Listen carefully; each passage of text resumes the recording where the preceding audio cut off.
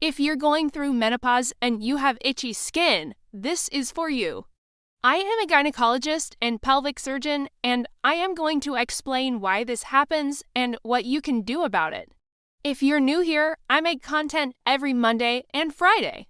So if you like what you see, make sure you share this with your friends. So why does this happen? Well, during menopause, we know that estrogen levels drop.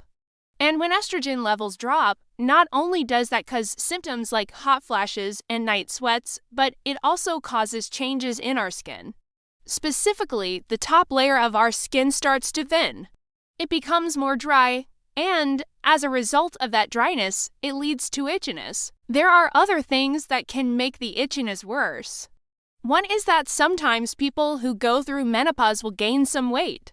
And when they gain weight, it tends to be around their abdomen, which then puts pressure on the skin on the top part of their thighs, leading to more itchiness. Lastly, some people during menopause develop something called vulvovaginal atrophy, where because of the low estrogen levels, the tissues that are inside the vagina, the vaginal canal itself, as well as the labia, the lips of the vagina, start to thin and dry out. And that can lead to itchiness as well.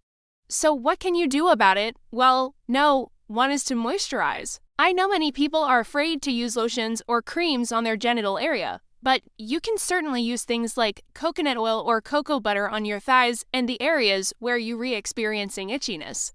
Just make sure that you wash them well before you apply any sort of lotion or cream.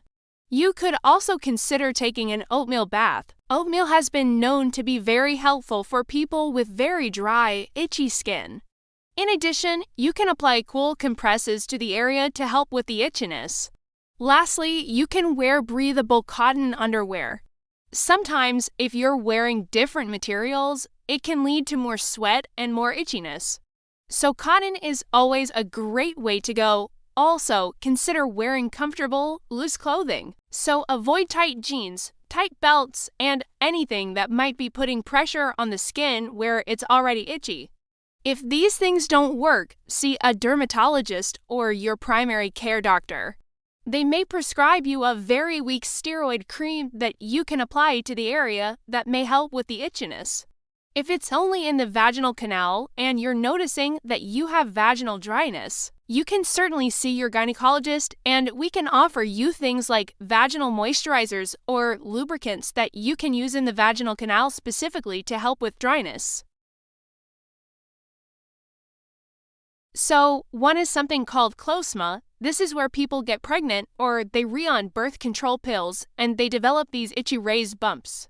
Also, if you've had cancer and you're going through chemotherapy or radiation, you may develop something called pruritus. And this is also very common in people who have kidney failure. Lastly, if you're noticing hair loss in any part of your body, including your eyebrows, eyelashes, or any other areas, that can be a sign of another medical condition called hypothyroidism.